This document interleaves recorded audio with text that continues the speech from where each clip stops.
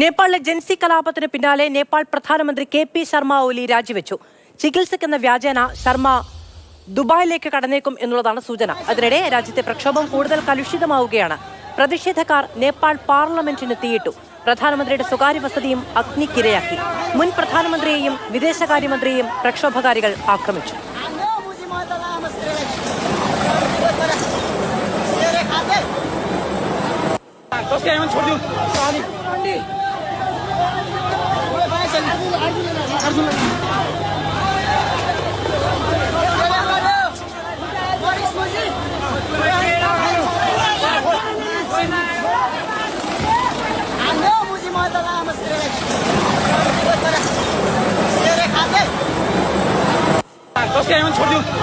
അനൂപ് ദാസ് ആണ് വിവരങ്ങളുമായി നമ്മളോടൊപ്പം ചേരുന്നത്. അനൂപ്, ഒരു കലാപം ഉണ്ടായിക്കഴിഞ്ഞാൽ അത് എത്ര നല്ല ഉദ്ദേശത്തോടു കൂടിയാണ് തുടങ്ങിയതെങ്കിലും ആൾക്കൂട്ടം ഒരു തവണ അക്രമാസക്തമായി കഴിഞ്ഞിട്ടുണ്ടെങ്കിൽ മറ്റൊന്നിനും അവരെ ശ്രമിപ്പിക്കാൻ കഴിയില്ല. അത് ഏതു കലാപകാലത്തും നമ്മൾ കാണുന്ന ഒന്നാണ്.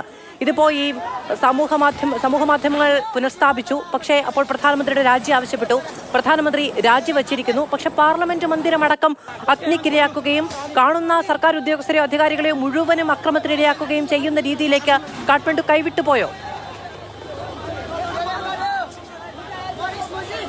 സർക്കാർ വിരുദ്ധ കലാപമാണ്. സർക്കാരിൻ്റെതെന്ന രീതിയിൽ മുന്നിൽ കാണുന്നതെല്ലാം തച്ചുടക്കുകയും കത്തിച്ചു കളയുകയും ചെയ്യുകയാണ് ഇപ്പോൾ ഈ സർക്കാർ വിരുദ്ധ പ്രക്ഷോഭകർ ചെയ്തുകൊണ്ടിരിക്കുന്നത്. എന്തായാലും കെ.പി. ശർമ്മ ഒലി രാജിവെച്ച് അദ്ദേഹം വിദേശത്തേക്ക് കടന്നതിന് പിന്നാലെ തന്നെ വലിയ വിജയാഹ്ലാദ പ്രകടനം പാർലമെന്റിന് മുന്നിലും കാഠ്മണ്ഡു നഗരത്തിലെ പല മേഖലകളിലും ഈ പ്രക്ഷോഭകർ നടത്തിക്കൊണ്ടിരിക്കുകയാണ്.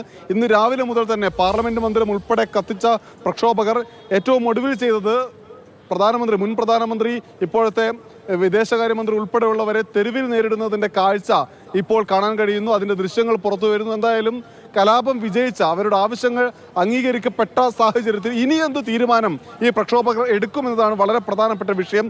ഈ പ്രക്ഷോഭത്തിന് ഏതെങ്കിലും ഒരു നേതാവില്ല, ഏതെങ്കിലും ഒരു സംഘടനയില്ല. അതുകൊണ്ട് തന്നെ ഈ പ്രക്ഷോഭകർ പല സംഘങ്ങളായി പല ആവശ്യങ്ങൾ ഉന്നയിക്കുമോ, അതല്ല ഏതെങ്കിലും പ്രധാനപ്പെട്ട ആവശ്യത്തിന് നിൽക്കുമോ?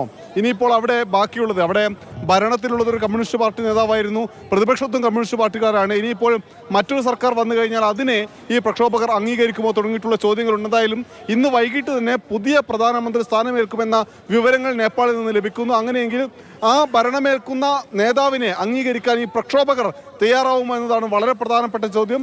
അതിന് വരും മണിക്കൂറുകൾ മാത്രമേ ഉത്തരം ലഭിക്കുകയുള്ളൂ.